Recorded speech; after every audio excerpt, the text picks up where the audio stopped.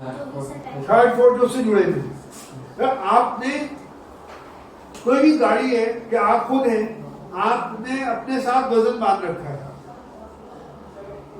आपका एक्सीलरेशन, आपका जो है फोर्स कितनी लग रही है आप पे, अनबैलेंस फोर्स, तो क्या एक्सीलरेशन होगा?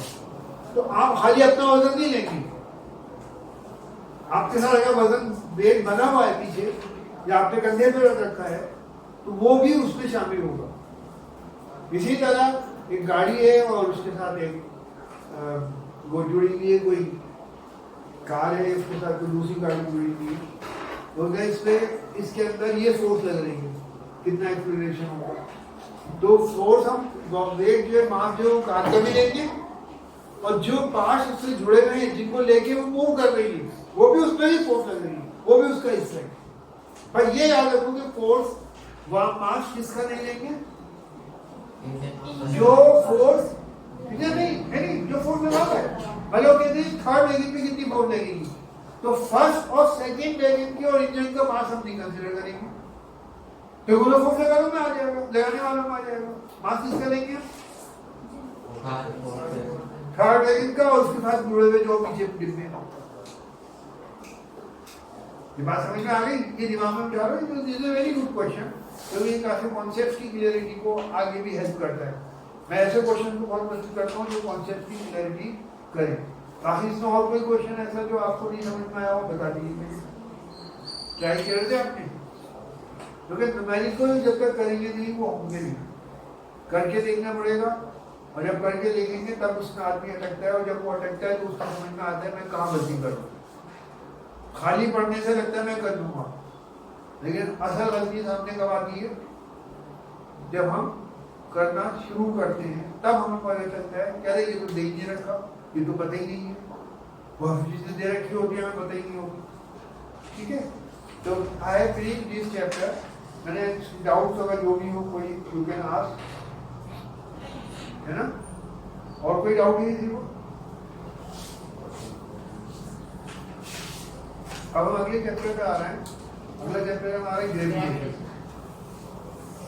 ठीक है, you want to ask something? आपको कुछ पूछना है? हाँ, ग्रेविटेशन किसे कहते हैं? ये भी तरह का देखिए, ग्रेविटेशनल फोर्स, ग्रेविटेशन जिस प्रोसेस से ये फोर्स लग रही है उसे ग्रेविटेशन कहते हैं। The force is due to which gravitational force act on an object that is known as gravitation. Process को फोर्स ग्रेविटेशनल, तो ग्रेविटेशनल फोर्स है। देखिए कई तरह की फोर्सेस हैं जो हमारे कॉन्टेक्ट में आएंगी। फ्रिक्शनल फोर्स अभी हमने पढ़ी है, जो जब दो ऑब्जेक्ट एक दूसरे पर टक्कर एक दूसरे से टच होकर चलते हैं तो उनमें अपने आप एक फोर्स पैदा हो जाती है जो उनके मोशन को रोकना चाहती है, वो फ्रिक्शनल फोर्स। वो हम पढ़ेंगे और आगे चलेंगे। दो मैग्नेट या एक मैग्नेट को मैग्नेटिक सब्सटेंस लोहे के पास लाओ, एक मैग्नेट को दूसरे मैग्नेट के पास लाओ, वहाँ भी फोर्स लगती है, वहाँ अट्रैक्टिव फोर्स भी होती है और कहीं कहीं रिपल्सिव भी होती है, अपोजिट पोल। खाली मैग्नेट और लोहे मैग्नेटिक सब्सटेंस को अट्रैक्टिव फोर्स होगी, उसे मैग्नेटिक फोर्स कहते हैं। The force between a magnet and another magnet और magnet and a magnetic substance is known as magnetic force.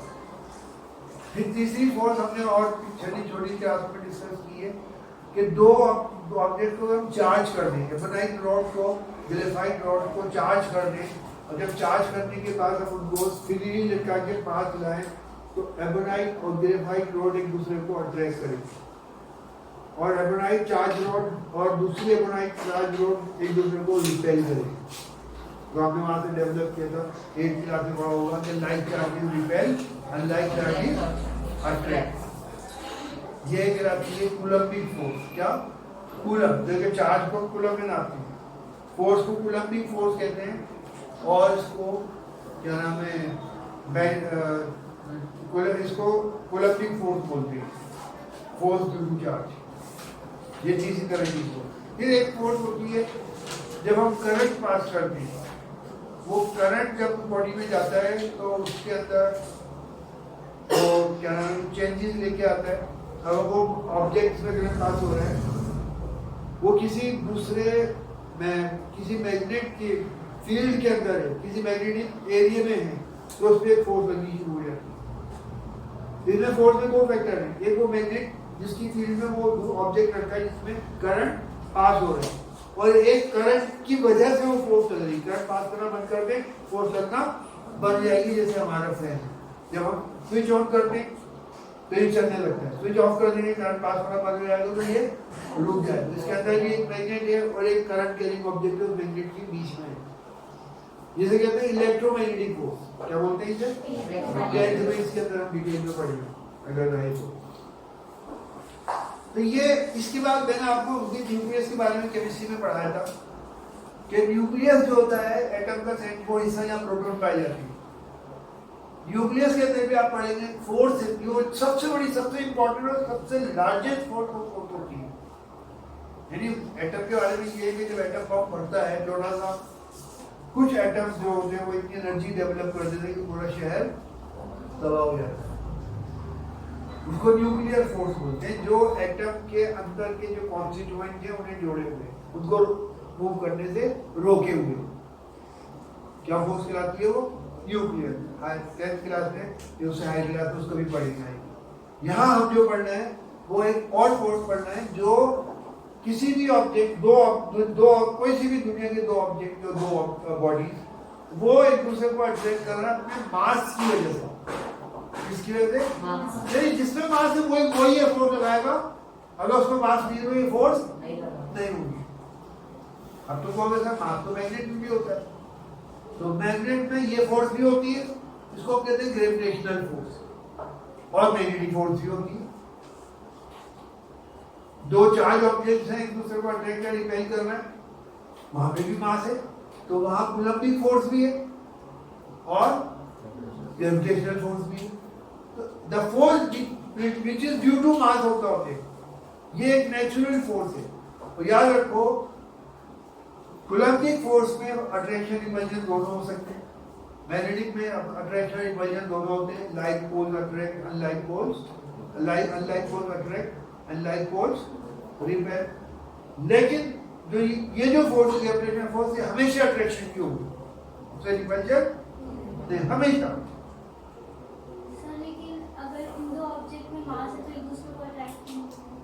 हाँ वो है ना, वो तो अलग चीज है। वो तो जब आप रॉकेट चलाते हैं तो रॉकेट जमीन पे फोर्स लगाता है, जमीन रॉकेट पे लगाती है, तो रॉकेट तो बहुत स्पीड से ऊपर चले जाता है, लेकिन जमीन तो नहीं मूव करती नीचे, क्यों नहीं करती? जमीन का मास रॉकेट के मुकाबले बहुत ज्यादा है, रॉकेट का मास नेग्लिजिबल है, उसका अपोजिट फोर्स जो दूसरा फैक्टर है, तो जमीन उसके रॉकेट की वो फैक्टर बड़ा है और मास नेग्लिजिबल है। जमीन का मास बहुत ज्यादा है, इसलिए जो उसमें अट्रैक्शन जो फोर्स लगती है वो नेग्लिजिबल होती है। तो सेम वे में जो यहाँ जो फोर्स, जैसे एक ऑब्जेक्ट दूसरे को ऑब्जेक्ट, कोई सी object, any two object in the universe attract each other, any two object. अब हम जमीन के ऊपर खड़े तो हम जमीन की तरफ जाएंगे, साइड में क्यों नहीं जा रहे हैं? दीवारें भी तो अट्रैक्ट कर रहे हैं कि ये इनकी जो फोर्स है वो जमीन के मास के मुकाबले इनका मास नेग्लिजिबल है, इसलिए इनकी फोर्स भी नेग्लिजिबल है। एक आदमी दूसरे आदमी के पास खड़ा है या दूर है, इसे डिस्टेंस काउंट नहीं हो रहा, दूर भी होगा तब भी लगेगी, फिर वो क्यों नहीं अट्रैक्ट कर रहा? कि उसका मास जो है, जब उस देखो दो फोर्सेस, कई एक उसमें कई फोर्सेस हो गई। जैसे मैं पीछे बैठा हूँ, इस दीवार का फोर्स ऑफ अट्रैक्शन भी है, इस दीवार का भी फोर्स ऑफ अट्रैक्शन है, छत का भी मास है, वो भी फोर्स अट्रैक्ट कर रही है, और जमीन का भी मास है। कुछ फोर्सेस तो एक दूसरे को क्या कर देती है? नलिफाई। एक पॉजिटिव, एक इधर खींच रही, इधर खींच रही, अपोजिट हो गई, तो क्या हो जाएगी? नलिफाई। एक दूसरे को क्या करेगी? वो कैंसिल कर देंगे। लेकिन जो फोर्स कैंसिल नहीं हो सकती बिकॉज ऑफ मास, वो है अर्थ की फोर्स। तो अर्थ का अगर ये फोर्स नलिफाई नहीं होती, सारी दीवारें एक तरफ होती, हम एक तरफ होते, तब भी इनका मास अर्थ के मास के मुकाबले नेग्लिजिबल होता, इसलिए इनकी फोर्स होती अर्थ की फोर्स के मुकाबले नेग्लिजिबल, क्योंकि अर्थ का मास बहुत ज्यादा है। तो इसलिए जब भी कोई चीज हम छोड़ेंगे, इस साइड ऑफ द फैक्ट कि उसमें फोर्स उधर से लग रही है और हर ऑब्जेक्ट अपनी तरफ खींच रहा है, लेकिन जो जमीन की फोर्स है वो बहुत ज्यादा है, बहुत ज्यादा है। ये उसके मुकाबले में बाकी फोर्सेज हैं, चाहे वो नलीफाई करे या ना करें, बाकी जितनी भी फोर्सेज हैं वो उसके मुकाबले नेग्लिजिबल है। नेग्लिजिबल होता है जीरो के, भाई समझ लो जीरो नहीं कहते, बस नेग्लिजिबल कहते थे। तो एक्चुअली वो इतने जीरो के इतना करीब होते हैं कि जीरो ही हो जाती है तकरीबन। ये हम जीरो कहते नहीं, क्या बोलते, नेग्लिजिबल। क्योंकि पॉइंट 1000 जीरो लगा के 1 लिखे तो उसको हम जीरो नहीं कहेंगे, तो है तो मत तो है ना। 1000 जीरो लगा के बना रहा है समथिंग इज देयर, लेकिन वो इतना कम है कि उसमें जीरो में कोई फर्क नहीं। तो any two object in the universe attract each other. Every two object कर लो, एनी टू कर लो, है ना। ये जो फोर्स ऑफ अट्रैक्शन है, it is because of their mass. This force of attraction को किस नाम से पुकारते हैं, gravitational force, and the process of this force of attraction is known as gravitation. Newton जो था उसने इसके ऊपर गौर करा, तो हालांकि न्यूटन से पहले शायद किसी ने, मैंने पढ़ा था, किसी ने ये ऑलरेडी एक चीज डिस्कस की थी, लेकिन न्यूटन एक्चुअली क्रेडिट जाता है जो ब्लैक एंड व्हाइट में लिख के सामने जाए, उसको क्रेडिट जाएगा। मैं आपसे कोई चीज कोई लॉ ऐसे डिस्कस करके चले जाऊँ और दूसरा आदमी आए, दूसरा कोई आए, वो उसको ब्लैक एंड व्हाइट में लिख दे और लिख के पब्लिश कर दे, तो क्रेडिट किसको जाएगा, जो लिख के पब्लिश कर दे। बात में नहीं समझ आया।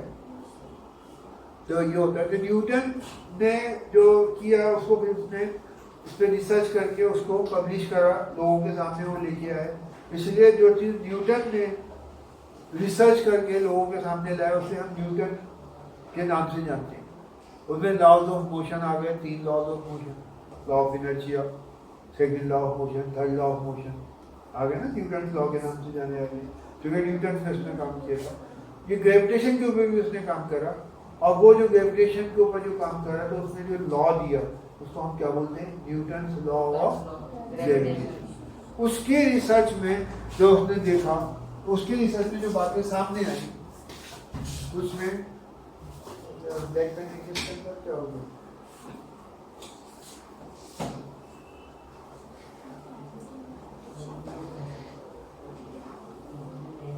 उसने देखा कि जो फोर्स ऑफ अट्रैक्शन है, पहली बात जो उसने देखी वो ये कि every object in the universe attract other object. Every object, universe की बात हो रही है, हर चीज एक दूसरे को अट्रैक्ट कर रही है। 9.8 न्यूटन का फोर्स लगा क्या नहीं, ये किसने कह दिया, किसने दिया, किसने कह दिया, पढ़ा था तो उसको अपने आप को सही करो, ध्यान से करो, और किसी कीड़े से बात करो, की को फेंक दो। और न्यूटन ने पता लगाया कि ये फोर्स ऑफ अट्रैक्शन है, ये प्रोपोर्शनल है प्रोडक्ट ऑफ द मासेस, यानी एक ये मास पे डिपेंड करता है, दोनों के मास पर, दोनों के प्रोडक्ट के ऊपर। जो दो ऑब्जेक्ट, क्योंकि एक वक्त में 2 ऑब्जेक्ट ले रहे हैं, ये मिसाल की रजिस्टर है, इसमें बहुत सारे दीवार भी लगा रही है फोर्स, छत भी लगा रही है, साइड वाली दीवार भी फोर्स है, मैं भी लगा रहा हूँ फोर्स, जमीन भी लगा रही है। हम एक वक्त में 2 फोर्सेस को ले रहे हैं, 2 ऑब्जेक्ट को ले रहे हैं। अगर हम इस ऑब्जेक्ट को वन और इस रजिस्टर को एक ऑब्जेक्ट मान लें, तो दूसरा ऑब्जेक्ट हम किसी एक को लेंगे, चाहे वो पेन हो, चाहे वो दीवार हो, चाहे मैं खुद हूं। तो 2 ऑब्जेक्ट जो एक दूसरे पे फोर्स लगा रहे हैं, एक वक्त में 2 की बात कर रहे हैं। वो जो फोर्स लगाते हैं वो उनके मास के प्रोडक्ट के प्रोपोर्शनल होता है, यानी मास ज्यादा होगा, प्रोडक्ट ज्यादा होगा तो फोर्स भी ज्यादा होगी, प्रोडक्ट कम होगा तो फोर्स भी कम होगी। ये समझ लीजिए। तो न्यूटन ने इस बात को बताया कि the force of attraction between any two object is directly proportional. Directly किसे कहते हैं कि एक के बढ़ने से दूसरा भी बढ़ जाए, तो एक के घटने से उसी रेशो में घट जाए, उसे डायरेक्टली बोलते हैं। और उसका लिखने का तरीका ये होता है कि जिनके बीच में रिलेशन लिख रहा है, या तो वो दोनों फैक्टर जो है जिनके बीच में रिलेशन है, या तो दोनों न्यूमरेटर में लिखते हैं या दोनों डिनोमिनेटर। जैसे हमने न्यूमरेटर में लिखा m1/1 m2/1, ये न्यूमरेटर है, ये भी न्यूमरेटर में। Directly product of masses and inversely proportional to square of the distance between them. फिर डिस्टेंस बढ़ेगा तो फोर्स कम हो जाएगी, और फोर्स जो कम होगी वो स्क्वायर के हिसाब से होगी। अगर डिस्टेंस 2 टाइम्स बढ़ेगा तो 2 का स्क्वायर होगा 4, तो फोर्स जो होगी वो 4 टाइम कम हो जाएगी। डिस्टेंस अगर 3 टाइम्स बढ़ेगा तो फोर्स जो है वो 9 टाइम्स घट जाएगी, घटेगी। डिस्टेंस घटेगा तो फोर्स बढ़ेगी। डिस्टेंस अगर दो ऑब्जेक्ट के बीच में आधा हो गया तो हाफ का स्क्वायर करें तो 1/4 आता है। क्या आता है? 1/4। तो 4 टाइम्स फोर्स बढ़ जाएगी। डिस्टेंस कम हो रहा है, फोर्स बढ़ रही है, उसको उल्टा बोलेंगे। डिस्टेंस कम होगा तो फोर्स बढ़ेगी, और डिस्टेंस बढ़ेगा तो फोर्स कम होगी स्क्वायर में। जितना भी डिस्टेंस बढ़ा उसके स्क्वायर में फोर्स कम होगी। डिस्टेंस 5 टाइम्स बढ़ा है तो फोर्स 25 टाइम्स कम होगी। ये जो लॉ है ये मैग्नेट में भी लगता है, यही बिल्कुल सेम है। वहां मैग्नेटिक चार्ज आ जाती है, मैग्नेटिक फोर्स आ जाती है।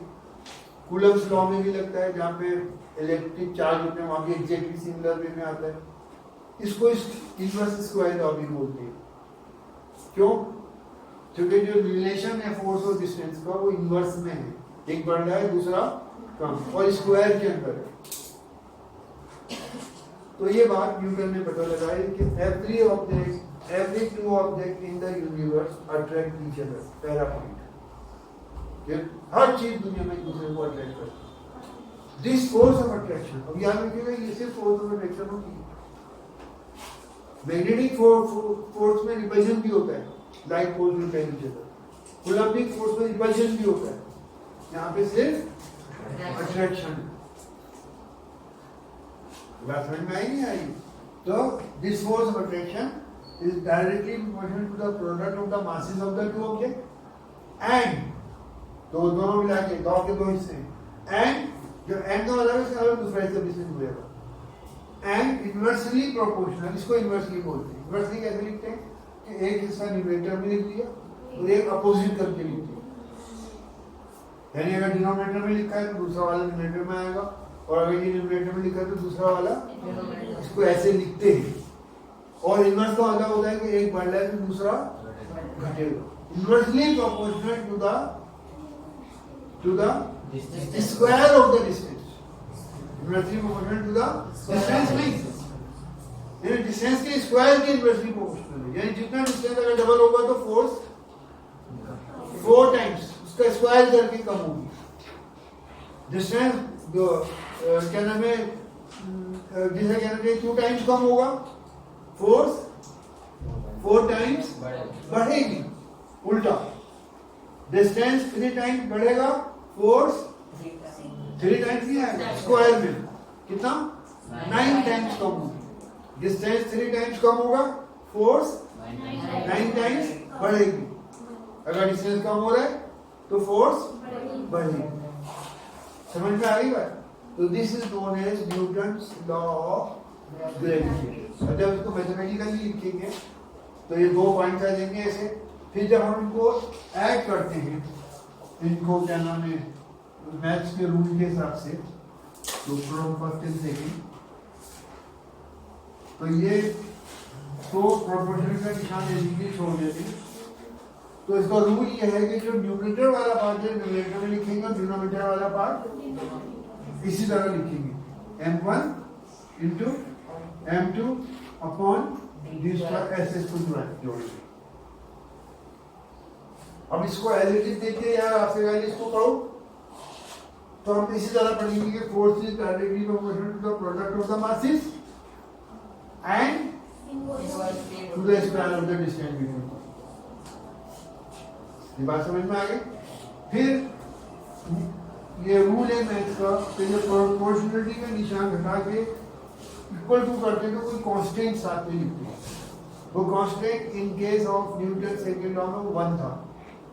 के की वैल्यू हमने के लिखा था, उसकी वैल्यू क्या निकली थी 1। यहाँ पे हम कांस्टेंट को जी के नाम से जानते हैं, कैपिटल जी, क्योंकि ग्रेविटेशनल फोर्स की बात हो रही है, तो फिर हमने उससे रिलेटेड सिंबल ले लिया। अब ये कांस्टेंट की क्या वैल्यू है ये वन नहीं, ये निकालनी पड़ेगी। समझ में आई बात? मैथमेटिक्स के एक्सपेरिमेंट से लगिए, जो वैल्यू निकालते हैं डिफरेंट मास लेके डिफरेंट डिस्टेंस लेके, फिर वो वैल्यू निकालते हैं कि फोर्स निकल के आ रही है। तो ये हो जाएगा m1 into m2 upon d square. ये लॉ हो गया, ये फॉर्मूला। इस g को कहते हैं हम ग्रेविटेशनल कांस्टेंट। क्या बोलते हैं इसे? कांस्टेंट को कहते हैं कि ये कांस्टेंट है, ये नंबर फिक्स रहेगा हर जगह। इसकी वैल्यू निकालेंगे, वो फिर आपको याद करनी है।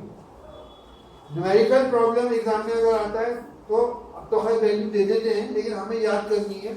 इसकी वैल्यू जो एक्सपेरिमेंट के जरिए निकाली गई वो निकली 6.67 इंटू 10⁻⁻11 न्यूटन मीटर स्क्वायर पर किलोग्राम स्क्वायर।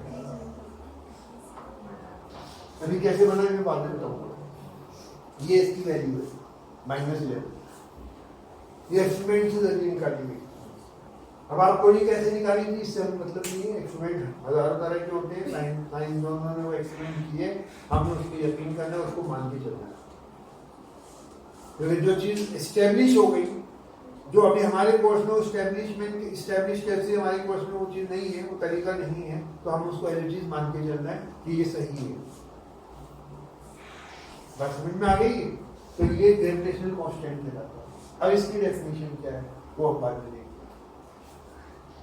उसको आपको मैं तरीका से नॉर्मल दे दूँ कि कांस्टेंट को डिफाइन कैसे करते हैं। ग्रेविटी जो है, ग्रेविटेशनल फोर्स का ही एक नाम ग्रेविटी है। सुन लो, अगर वो फोर्स अर्थ हो किसी ऑब्जेक्ट के बीच में, अगर फोर्स अर्थ हो किसी ऑब्जेक्ट के बीच में, तो उसे ग्रेविटेशनल फोर्स भी कहेंगे और शॉर्ट फॉर्म में उसे ग्रेविटी भी कहेंगे। ग्रेविटी जो फोर्स है, ये तो कांस्टेंट है। कांस्टेंट खाली नंबर होता है। फोर्स कभी ज्यादा होगी कभी कम, ये नंबर कभी चेंज नहीं होगा। जो कांस्टेंट उसी को कहते हैं। जो कांस्टेंट का मतलब ही ये हुआ जो कांस्टेंट है, जो बदल नहीं रहा। बात समझ में आ गई? आपने जो सवाल पूछा है, आपका सवाल ये होना चाहिए ग्रेविटी और ग्रेविटेशनल फोर्स में क्या फर्क है। अगर जमीन किसी चीज को अट्रैक्ट कर रही है तो ग्रेविटेशनल फोर्स और ग्रेविटी में कोई फर्क नहीं, उसको हम ग्रेविटी भी कह सकते हैं।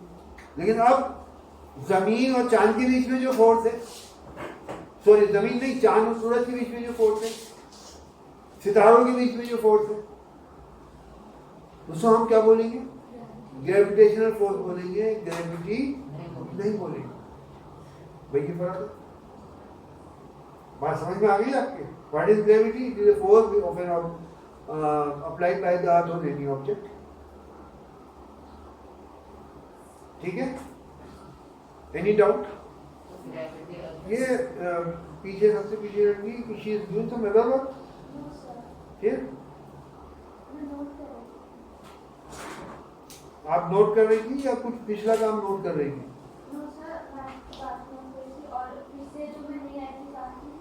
वो आप बाद में नोट कर लें। वैसे इसका आसान तरीका तो बड़ा आसान हो गया है, गवर्नमेंट ये आसानियाँ पैदा कर दी हैं कि आपके पास मोबाइल अक्सर लोगों के पास होता है। आप मोबाइल से उसको फोकस करके उसका फोटो ले लें, घर जाके कर लें, उसको एनलार्ज करके देखें। ईजी है। पहले तो प्रॉब्लम होती थी, उतारो पूरा बैठ के, अब तो फोटो ले लो, घर बैठ के आराम से उसको चेक करो। बात समझ में आ गई? आज क्या दिवाली की वजह से लोग नहीं है? चलो खैर, हमारी असल में ये जो है दिवाली की खुशी तो खुशी अपनी जगह पर है, इसमें कोई शक की बात नहीं। लेकिन ये जो खोला गया है इंस्टीट्यूट, इसमें कोई प्रॉफिट मोटिव तो है नहीं। इसमें भाई यही है कि बच्चों का नुकसान ना हो। ऑलरेडी लेट खुला था, लेट शुरू की थी क्लासेस, तो क्लासेस और स्कूलों में ऑलरेडी काफ़ी आगे जा चुके हैं, तो इसीलिए हम छुट्टी नहीं करते। इवन कोई भी त्यौहार हो, अगर ये तो क्या नाम है कि भाई ये कोई ख़ास वो हो, तो मजबूरियों की बात अलग है, हुकूमत को ऑर्डर नहीं खोल सकते। लेकिन हमारी कोशिश ये होती है कि भाई कोई छुट्टी ना करे, इवन फेस्टिवल भी हो तो छुट्टी ना करे, ताकि बच्चों का नुकसान ना हो, मैक्सिमम उनको फ़ायदा हो गया। कोर्स आखिरी दिनों में एक कोर्स ख़त्म हो चुका होता है, फिर अगर कोई बीच में फेस्टिवल आता है तो छुट्टी कर दी आपकी, तो ठीक है फेस्टिवल है मनाओ। लेकिन अब हमारे दिमाग में जो है सबसे इम्पोर्टेंट चीज़ वो आपका कैरियर है कि आपका नुकसान ना हो हमारी वजह से। मतलब कि हमें आने में प्रॉब्लम होती है, लेकिन हमें अब नहीं चाहते कि हमारी वजह से हमारे स्टूडेंट्स का नुकसान हो। चलिए बात समझ में आ गई। अब मैं आपको एक ऐसी चीज़ सिखाने जा रहा हूँ कि जो आपको आगे भी काम आएगी। जब आपको किसी कांस्टेंट को डिफाइन करना हो, किसको? कांस्टेंट को। तो पहले तो इसका यूनिट दे दो कैसे लिखा। इसको मैथमेटिकली जब हम ट्रांसफॉर्म करेंगे तो g निकलेगा f into D square upon m1 into m2। भाई ये न्यूमरेटर में चले आएगा, m1 m2 इधर लेंगे तो कहाँ जाएगा? डिनोमिनेटर में। तो मैथ आता है आपको। अब आपको जिसका यूनिट निकालना है उसको सिंगल फॉर्म में इस तरह से फॉर्मूले में ट्रांसफॉर्म कर लो। उसके बाद जिसके जितने भी यूनिट है इन सबको मिला दो, इसका यूनिट बन जाएगा। जो कैंसिल हो रहा है कैंसिल कर दो। अब यहाँ पर ये न्यूटन है फोर्स का ऐसा यूनिट क्या है? न्यूटन। डिस्टेंस का मीटर है, ये चूंकि स्क्वायर में तो इसलिए क्या हो जाएगा? Newton metre square. ये डिनोमिनेटर में आ रहा है तो या तो अपॉन में लिखेंगे या पर करके लिखेंगे। पर मतलब अपॉन में होगा। ये 2 दबा आ रहा है मास। मास का ऐसा यूनिट क्या है? किलोग्राम।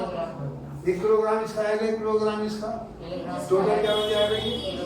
Kilogram square. इसको शॉर्ट फॉर्म में ऐसे भी लिख सकते हैं, m square kg minus 2। Minus का मतलब किलोमीटर है। तो क्या यूनिट बन गई ग्रेविटेशन फोर्स? ग्रेविटेशन कांस्टेंट का यूनिट क्या बन जाएगा? ग्रेविटेशन फोर्स का यूनिट क्या है? मैं भूल गया। ग्रेविटेशन फोर्स का यूनिट क्या है? 9.8 पर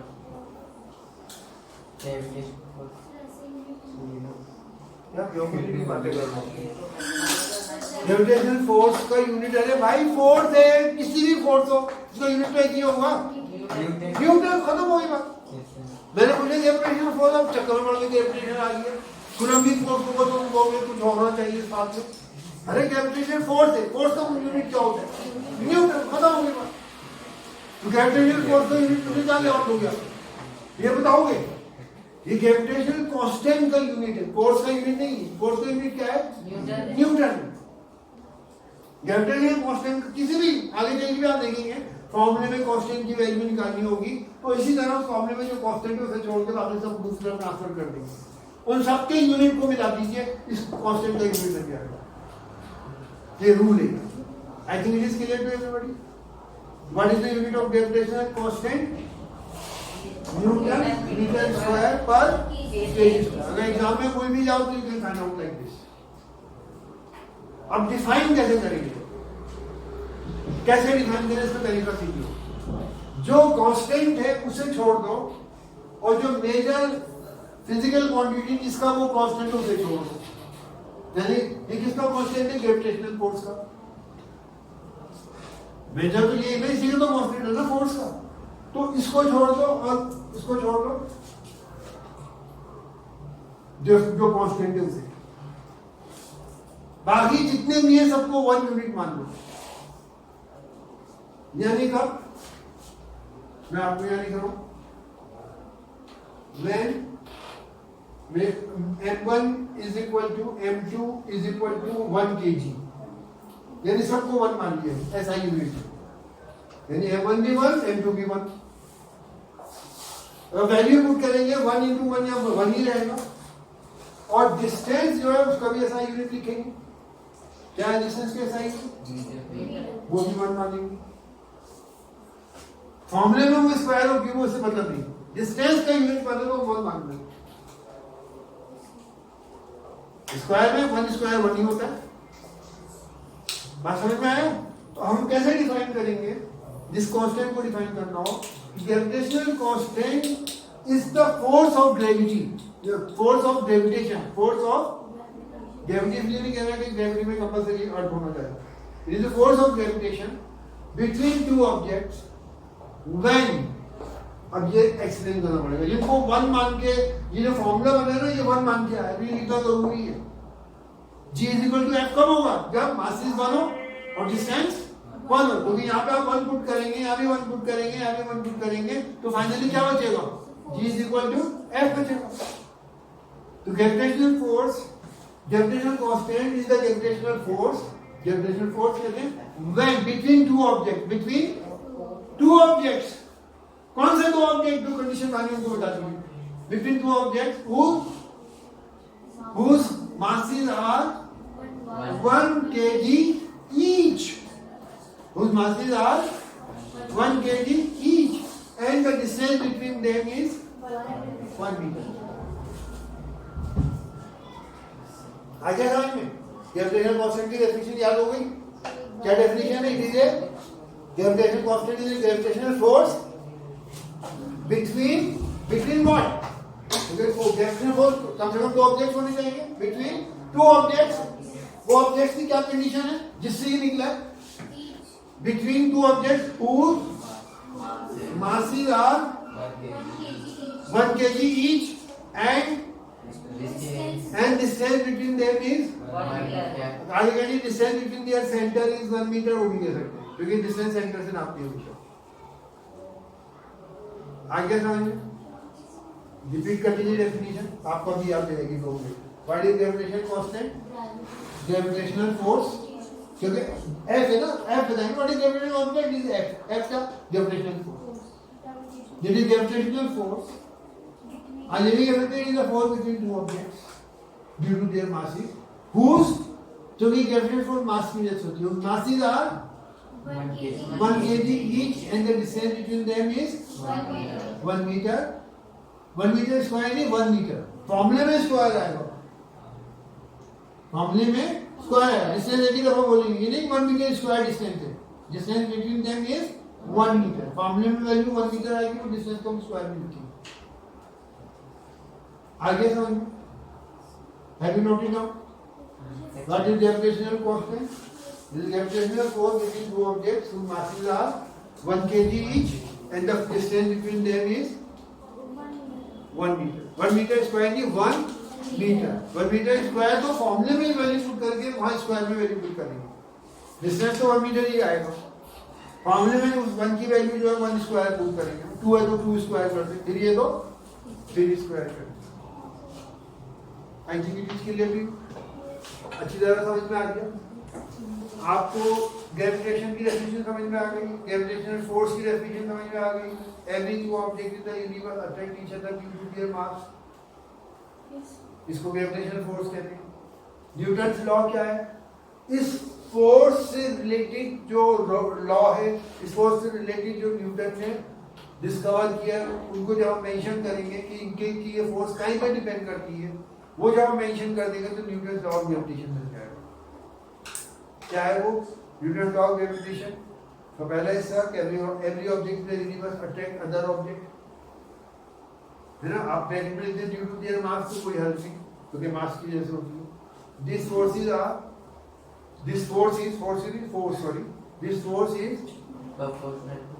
directly proportional to the Mass of the object. ना, मास ऑफ द ऑब्जेक्ट नहीं होगा, सिंगल ऑब्जेक्ट का मास नहीं काउंट हो रहा है, दोनों का मास काउंट हो रहा है। क्योंकि अगर दूसरे का मास 0 हो, टोटल फोर्स 0 हो जाएगी। तो एक का मास 0 है तो अटैक किसको करना है? वो ये आया समझ गया? दो ऑब्जेक्ट है तो मुझे उल्टा मास होगा ना। सिंगल ऑब्जेक्ट जो है वो उसमें ग्रेविटेशनल फोर्स, एक ऑब्जेक्ट सिंगल ऑब्जेक्ट है, उसके जहां तक कुछ भी रहेगी, उसकी ग्रेविटेशनल फोर्स क्या होगी उसकी? बताइए, ग्रेविटेशनल फोर्स क्या होगी उसमें? क्या लग रही होगी? क्या वो लगाना होगा? नथिंग, क्योंकि जब उसमें कोई दूसरा ऑब्जेक्ट है ही नहीं, दूर मतलब कहीं वजूद ही नहीं है उसका। समझ लो जमीन ये यूनिवर्स एक्सिस्टेंस में आनी शुरू हुई, उसने एक ऑब्जेक्ट बन गया, खुदा ने बना दिया, तो वो किसमें ग्रेविटेशनल फोर्स लगा रहा है? जब कोई चीज आएगी तो कहां से लगेगी? दूसरा ऑब्जेक्ट होना जरूरी है ना। It is product of the masses of the two objects and inversely proportional to the directly proportional to the product of the masses, inversely proportional to the क्या? Square of the distance between them. Point clear हो गई? जब ये दो बातें mention कर देंगे तो ये जो कि न्यूटन ने निकाली थी, न्यूटन ने मेहनत करी थी, तो क्रेडिट न्यूटन को जाता है। इसलिए हम इसको कहते हैं न्यूटन्स लॉ ऑफ ग्रेविटेशन, इसलिए कहते हैं। अगर ये किसी XYZ ने किसी ने क्या नाम है, चंद्रशेखर ने किसी ने निकाली होती तो हम उसको कहते चंद्रशेखर लॉ, जो किसने निकाला था, जो न्यूटन ने निकाला था, न्यूटन लॉ के। पॉइंट क्लियर हो गया? Any doubt? अच्छी तरह